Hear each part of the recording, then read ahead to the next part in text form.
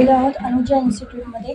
आज आपण ममता मॅडमशी गप्पा मारणार आहोत। चला मग ममता मॅडमशी गप्पा मारू। नमस्कार मॅडम। मॅडम तुमचं पूर्ण नाव सांगा। माझं नाव ममता सुभाष गड्डम सासरचं आणि ममता विजयकुमार महंकाळ हे माहेरचं। अच्छा, आणि तुमचं शिक्षण ह्याच्यातच झालंय का? हो मॅडम, 12वी नंतर मी लग्नाच्या आधी डिप्लोमा केला फॅशन डिझायनिंगचा पुण्याला औंधमध्ये। आणि लग्नानंतर मी ITI केला ड्रेस मेकिंग पारनेरला। अच्छा, आणि मग या अनुजा इन्स्टिट्यूटची तुम्हाला संकल्पना कशी करावीशी वाटली? ॲक्च्युली मॅडम म्हणजे लग्नाच्या आधी आमची परिस्थिती खूप चांगली होती।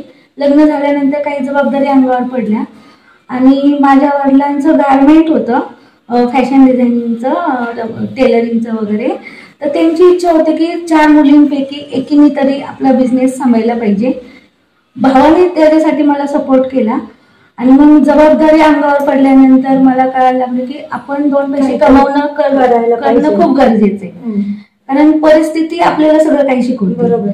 मग त्यानंतर मी थोडंफार घरगुती क्लास चालू केले। त्यानंतर मग मला एका ठिकाणी असं कळलं की जनशिक्षण संस्था अहमदनगरमध्ये टीचरची गरज आहे ह्या क्षेत्रात। मी तिथं गेले। जनशिक्षण संस्था अहमदनगरमध्ये डायरेक्टर बाळासाहेब पवार सर होते।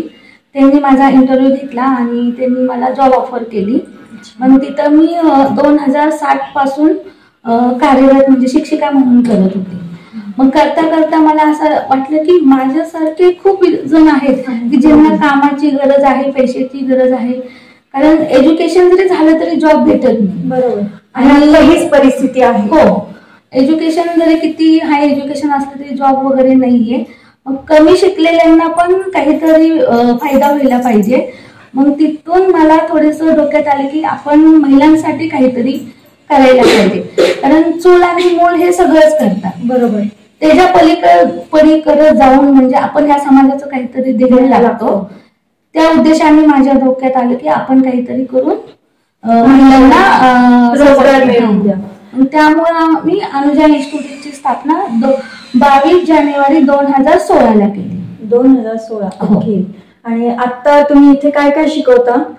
मॅडम इथं आम्ही खूप प्रकारचे म्हणजे फॅशन डिझायनिंग मध्ये बेसिक पासून आम्ही सगळं घेतो की ज्यांना काहीच येत नाही त्यांना मशीन चालवण्यापासून सलवारचे प्रकार आहेत, साधी सलवार आहे, सेमी पट्ट्याला, धोती, फुल पट्ट्याला, प्लाझो, म्हणजे सलवारचे प्रकार आहेत, टॉपचे प्रकार आहेत, अस्तरचा टॉप आहे, कॉलरचा टॉप आहे, ए लाईन, ॲपल कट, स्लीवचे प्रकार आहे, 1 पीस आहे, बलून फ्रॉक्स आहेत, ब्लाउजचे सगळे प्रकार आहेत। 9वारी साड्यांचा वर्कशॉप वगैरे घेतो।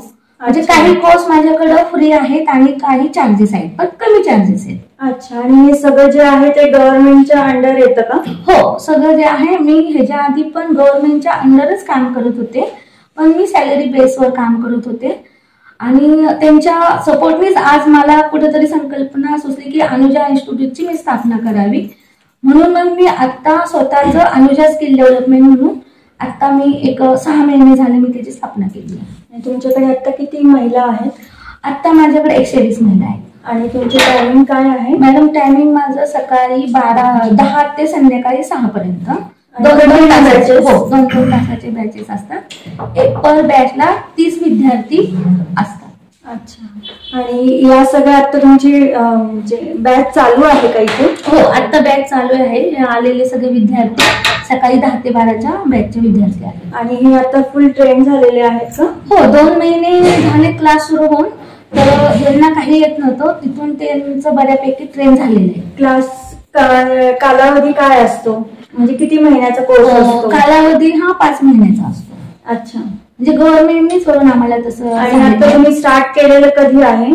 आम्ही स्टार्ट केलेलं आता 22 डिसेंबर पासून स्टार्ट केलेलं। अच्छा, मी क्लास करत होते तेव्हा मी हा ड्रेस शिवलेला आहे आणि पहिल्यांदा चुकन म्हणून अशी भीती असते, त्याच्यामुळे खर्च करायला मन नको म्हणतं। आणि हा एकदम यूज केलेल्या साडीचं 1 पीस शिवलं आणि आज कोणालाच विश्वास होत नाही की साडीपासून शिवलेला 1 पीस आहे।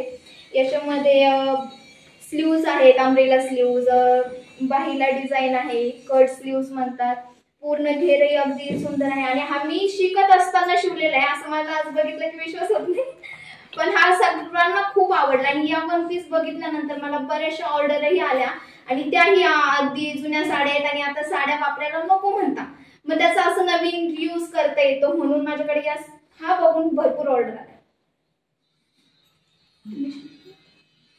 हा ड्रेस मी शिवलाय आणि आईच्या जुन्या साडीपासून शिवून हा ड्रेस मी बनवलाय आणि सध्या ह्याचा ट्रेंड पण चालू आहे तर छान वाटतं शिवून.